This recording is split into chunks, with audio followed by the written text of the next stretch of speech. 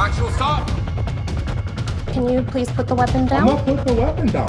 You're going in blind, you're given a small context, and you have to kind of wing it. For me, it was just that elevated. I was nervous. You went through the scenario. Yeah, And unfortunately, you got knifed.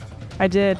I would have been dead. Get the fuck, I'll fucking kill both of you. Today, we're just going to be hosting some of our community partners. We want to expose them to just some information in relation to what our members would be facing, but we're going to be taking the opportunity to provide some snapshot into training with respect to what training looks like, the methods of training, the direction we're going. Listen to my voice. There were so many factors. There's times I was quiet because I didn't want to use a trigger word. My hand gestures were different. I'm like, don't reach for anything. Keep your hands up. Keep your hands behind your back.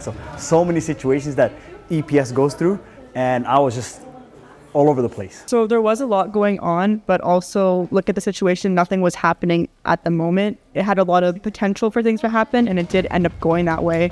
In my professional line of work, I have dealt with a lot of de-escalation. I know I work with a very vulnerable population, but this was different given that instead of working, in my environment where I know I have a team and resources that are behind me, I'm walking into a scenario where I literally don't know what I'm going into. Did it affect the way you think about how cops do their job? Yeah, especially with media coverage of it. Media is a entertainment business. So how they would represent, they don't show everything. You don't get to know what happened beforehand, what the individual was doing. You don't know everything that happened before.